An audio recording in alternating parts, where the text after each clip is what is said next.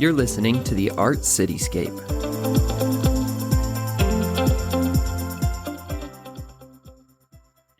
Hi, and welcome to another episode of the Art Cityscape podcast. We're bringing this episode to you by popular demand. You've had some questions about development. And today, Mayor Matt Packard is joined by Community Development Director Josh Yost. And the two will discuss various development topics, including the development process, why we get what we get here in Springville in terms of development, and some exciting future opportunities. First, the mayor is going to address some questions he's had about our water situation. Okay, we would like to welcome you to another episode of our podcast.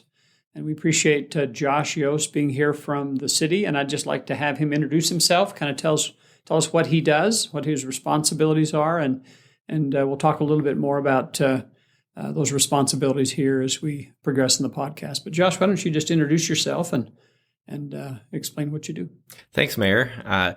I'm Josh Yost. I'm the Community Development Director. So we have a team of 12 people that does everything from checking your building plans to make sure they meet the code and inspecting your buildings to planning for the future, approving business licenses, and reviewing site plans. So basically everything that is built or planned in the city, we have a hand in and enjoy doing every day.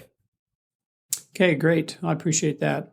Before we get started, this podcast is based principally on the question that came to us, and that has to do with economic development. So we'll talk specifically about that today. But I'd like to take just a few minutes. I've had a number of citizens, and we've had a number of citizens talk to me and talk to the office in relationship to our water situation. And I think that it would be worthy to just spend a few moments and just bring you up to date. I had someone yesterday come to me and talk about how are we still restricted to 2 watering days a week? There is no restriction in watering. We ask people to water their lawns and water their flower beds as they see fit. We just ask them to be careful and conservative and to be aware of the drought situation. But as far as Springville is concerned, we don't have any need for restrictions whatsoever. And so we just encourage you to be careful and to be conservative, but there is no restriction whatsoever. So if you want to green up your lawns, you're certainly welcome to do that sort of a thing. So, I just wanted to make sure that you understood the circumstance for Springville City. And that's really as a result of some tremendous planning that took place prior to my being the mayor, and many years of planning in relationship to water. So we've been really, really lucky to be able to have great planners for our water and our water supply and the distribution of our water. So if you have any other questions, you're welcome to send me an email, or you're welcome to talk to the city office and ask them questions in relationship to it. So anyway, well, let's get into the question if that's okay. And the question has to do with economic development, Josh. Help citizens understand how economic development happens in relationship to how does a developer come, make a presentation to the city? How does he sell pads? Who's responsible for those pads? How do we get a fast food restaurant as opposed to a financial institution? Or what kind of control, or is there any control that we have in relationship to when a developer comes and makes a presentation for purchasing a property and developing something? The development process has a number of steps, and there are a number of phases at which different elements of the city, from the city council, the planning commission, citizens, and staff are able to provide input into that process. The top level kind of planning document that guides what we do as a city in terms of planning is the general plan. And it tells us, here's the type of land use generally that we'd like to see in a certain area, or this is how we'd like a certain area to feel or look. To implement that, we adopt laws called zoning ordinances that the city council adopts. And those are the ordinances that say specifically, these are the uses that can and can't go in a certain zone. This is how tall a building can be, or how much parking you need, or how much landscaping you need, what the setbacks are, all of those issues. So when somebody comes in to build on a piece of property, the first question is what you want to do as a builder or developer, is it permitted in the zone? If the answer is yes, it's permitted in the zone, then they go straight ahead and make us an application with their development. And if their development follows the ordinances, meets the code, we are obligated under state law to say yes. Now, a lot of people wonder why we get one restaurant instead of another, or why we have so many of one type of business and so little of another. Our zones and our land use categories are often somewhat general. In our commercial zone, for example, the commercial zone that Smith sits on, it allows general commercial, general retail, office, service, personal services, all types of uses. And our code doesn't allow us, and generally it would be very difficult to go in and say, for example, in the community commercial zone, a McDonald's is not permitted, but we'd love a Chick-fil-A. It's really hard to make the legal argument that those are somehow different and that we are serving the public safety, health, and welfare, which is really what our responsibility and our power comes from, by making that distinction. We can do things like say there's no drive-thrus, or get more specific, like no fast food restaurants. We only allow, dining in, table service type of restaurants. But specifying the exact business in the level of zoning code is difficult. So again, if somebody comes in like with Smith's and it's zoned for the type of use, whether it be a credit union or a gym or a fast food place, we are obligated under state law to say yes if it meets our code. Now, on the other hand, if somebody comes in and says they want to do something and it doesn't meet the zoning, then that opens up a whole world of possibilities where the Planning Commission has to make a recommendation on changing the law to the City Council, and the City Council makes a decision on changing the law or the zoning ordinance such that the proposed use will be permitted. And in that case, there is much discretion. Really, the discretion is as broad as, is the decision that the council made arguably a reasonable decision? And that's really the standard. And in that process, you as citizens have the opportunity to come into the public hearing that's required in front of Planning Commission and to voice your concerns, thoughts, and input into the process. And then that goes forward with the Planning Commission's recommendation to the council, where they make a decision in a public meeting. So those two different tracks offer vastly different opportunities for discretion and decision-making and public input. Again, the first, we call it the administrative level because it's basically a staff review. Does it meet the code? Yes, you can do it. No, fix it until it meets the code. If it's something that doesn't meet the code or isn't allowed in the current zone, then we have to go change the zone or amend the code, amend the law. And that's the legislative process that I described that goes to Planning Commission and City Council and that benefits greatly from your input. Do you find that the zones that we have or the way we do our zones in Springville, are they pretty reflective of other cities in the state? Do they adhere to the general policy of how prescriptive or unprescriptive they are in relationship to what's allowed and what is not allowed? I don't have a comprehensive knowledge of everyone's zoning, every municipality zoning ordinance, but in my experience, our zoning ordinance tacks towards the middle. We're not Park City, which very specifically says you can build this kind of building here and your sign can only be this big and your building has to look like styles 1 through 7, and please refer to the 250-page design standard manual. But we're also not, some small rural counties or rural municipalities where the regulations are very minimal and reflect the level of development that they see. We're right in the middle of the pack, and our code is very similar in many ways to many surrounding codes. Zoning codes are kind of like folk songs in that they kind of get passed down and handed around a little bit and adopted and changed from one place to another. So our code definitely has those traces of common lineage with a lot of the other codes in the state. Good. Well, it's good to hear. Let's talk a little bit about what a developer looks for when he's looking for a place to develop. What are some criteria? I know that he looks for traffic. He looks for rooftops. What is it that a developer is looking for when he wants to put in a commercial center that will have some of these amenities or some of these shops or some of these stores that are attractive to people? So if we're looking at kind of retail and personal professional services, a lot of the considerations revolve around the market, like the mayor mentioned. The first is the demographics of what we call the trade area, or the area from which the business is expected to draw customers. How many people are in that area? What is their income? What are their demographic characteristics in terms of family size and age and makeup? How much traffic flows by the location on a daily basis on average. Other considerations include the availability and size of property and what the zoning permits. Obviously, a developer is going to be much more inclined to try to develop on a piece that allows what he wants to do than go through that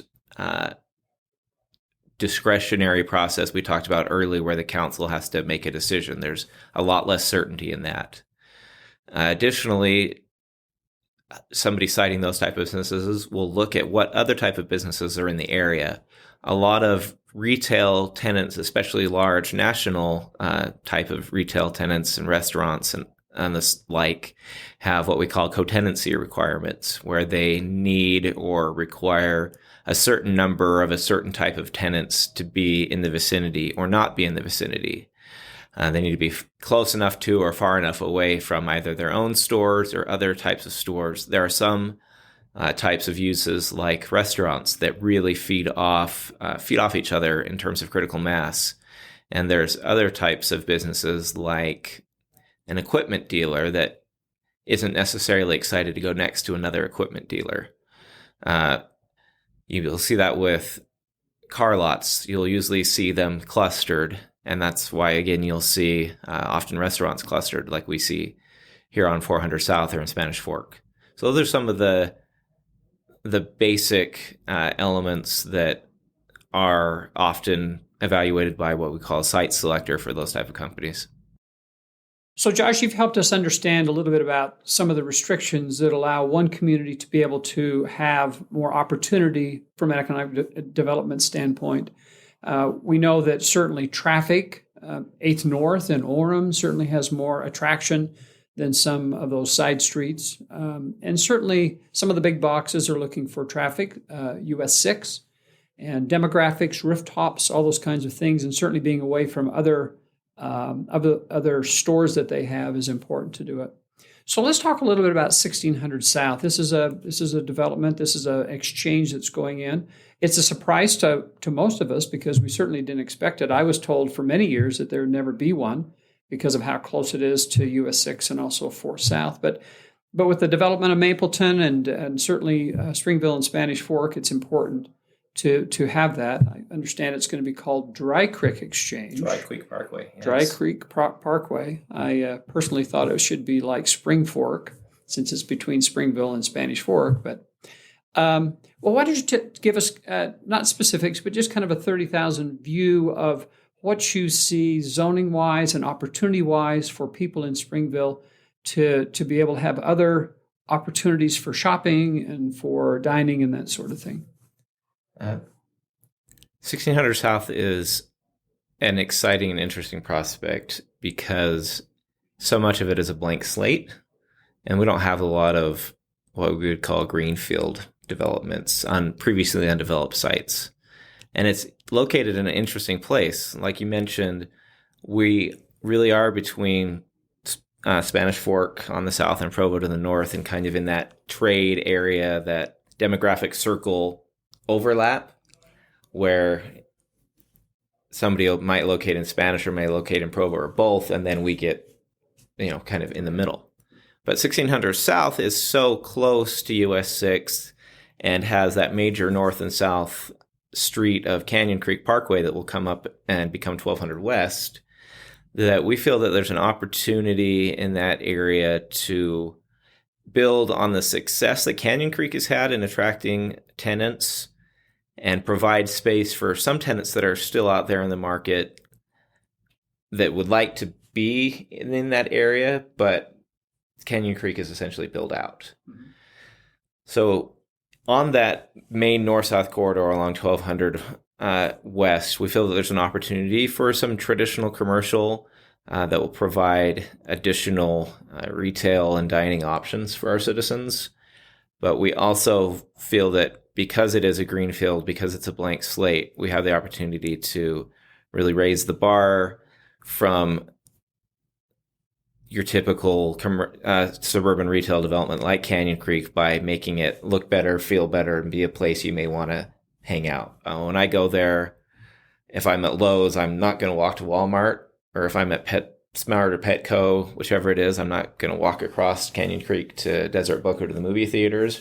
We'd like to really capture that demand in the market for those type of tenants, but do it in a way that creates a place people really want to be instead of just a place to go to shop and leave. Kind of make the look and feel of Springville, the Yes. hometown feel, much more comfortable rather than something that's a big city shopping center. Yeah, That sort crafted into a town center as opposed to interminable parking lots and stucco retail facades. Well, I think it's important for the citizens to understand is that your objective, my objective, and certainly the city council's objective is to maximize as best we possibly can the sales tax dollars there. Absolutely. And the reason why is because the more sales tax dollars we receive, it lightens the burden, the tax burden on the citizens, and it diversifies our revenue stream and makes it better for us. So I think it's important for the citizens to understand that we're doing all we can to maximize those dollars,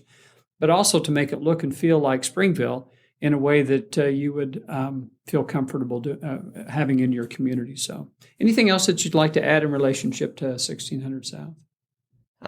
I'm excited for the open space and the active transportation components that we're looking at. We already have in the plan a 10-foot wide mixed traffic trail on the north side of the street that will handle bikes and walking, pedestrians and bicyclists get to the trail on 1200 West, so you can get up to the new front runner station that we'll see in the next number of years, or get up to the rec center and really provide an option for that whole area of town to be able to get somewhere and feel comfortable getting somewhere in a vehicle other than your car, while still accommodating the vehicle. And expanding and improving the Dry Creek Parkway and utilizing all of the kind of natural resources that are in that area as a result of it not having been developed. We're really excited to be able to fold that all together and create a place that has what everybody wants, but still is comfortable and unique, and definitely Springville. That's great. Well, just maybe in a short answer, we talked a little, you and I are very familiar with the fact the City Council was able to rezone lots of the property that's on the east side of the freeway between the two exchanges, some of it on the north end and that sort of a thing. So in those areas, anything that you'd like to add that we're trying very hard to maximize our dollars from a revenue standpoint for the citizens, sales tax revenue, rather than have some businesses or buildings that are not really paying as much as they possibly could. Anything that you'd like to add to that or thoughts about that? Absolutely. That was one of the things that was on my priority list that I received from the council when I started in this position, was to really evaluate the commercial opportunities along the freeway corridor. And we want to make sure that our freeway frontage, our real high traffic and very visible areas get productive uses that contribute really positively to our bottom line. So we appreciate the council taking that initiative to do that rezone and preserve our opportunities to be really intentional there. And we are continuing to make contact with national tenants and large landowners, and bringing everyone together, especially as we get into updating our general plan, to make sure we have a really good vision for that area and that we bring in some really exciting business and lifestyle opportunities. That's great. Well, maybe just as a closing comment, we're in the process of redoing the general plan. It's due for a overhaul in the sense of just seeing if this is how we want to have things done. So the process is being done by the community board. And there's members in our community which are becoming familiar with that. It takes a little while to do that sort of thing. That just doesn't happen in 2 or 3 weeks. And also the city's been very good about hiring an economic development person to work with you and to try to put the best foot of the city forward as these developments and also developers come around. So, well, Josh, thank you so much. Any closing comments at all that you'd like to add? Anything that I've missed? Just that you'll be seeing a lot of opportunities come out from us to participate. And we've been reaching out a lot about the Main Street plan, and we'll have the general plan coming up. So stick with us. These planning processes are better the more that we can have you participate. It may seem like we're doing a lot and we're asking you a lot of questions, and you may say, didn't you just ask me that? But as much as you can spare us a moment and provide your input and your involvement and engagement in these processes, we'll be all the better for it. Great. Well, thanks, Josh. Appreciate your time. Thank you, Merritt. Okay. Thank you, citizens. We appreciate it. Soon we'll be reaching out for more feedback on topics for upcoming episodes of this podcast. Look out for those invitations. And speaking of which, we invite you to follow the city's accounts and the various department accounts on Facebook and Instagram so that you can stay caught up with the latest and know of events that are coming up. We have a lot of fun things planned, like summer concerts, movies in the park, the farmers market, an art festival in September, and much more. Please follow those accounts so you can know what's going on. A big thanks to Community Development Director Josh Yost and Mayor Matt Packard for their discussion on this episode of the podcast. Did you know that the top way to share podcasts is through word of mouth? So if you have friends who you think might benefit from what we're talking about here, or want to know more about what's going on in the city, feel free to tell them about the Art Cityscape podcast. We're on YouTube and all of the places that you can get podcasts. We will see you again soon with a new episode.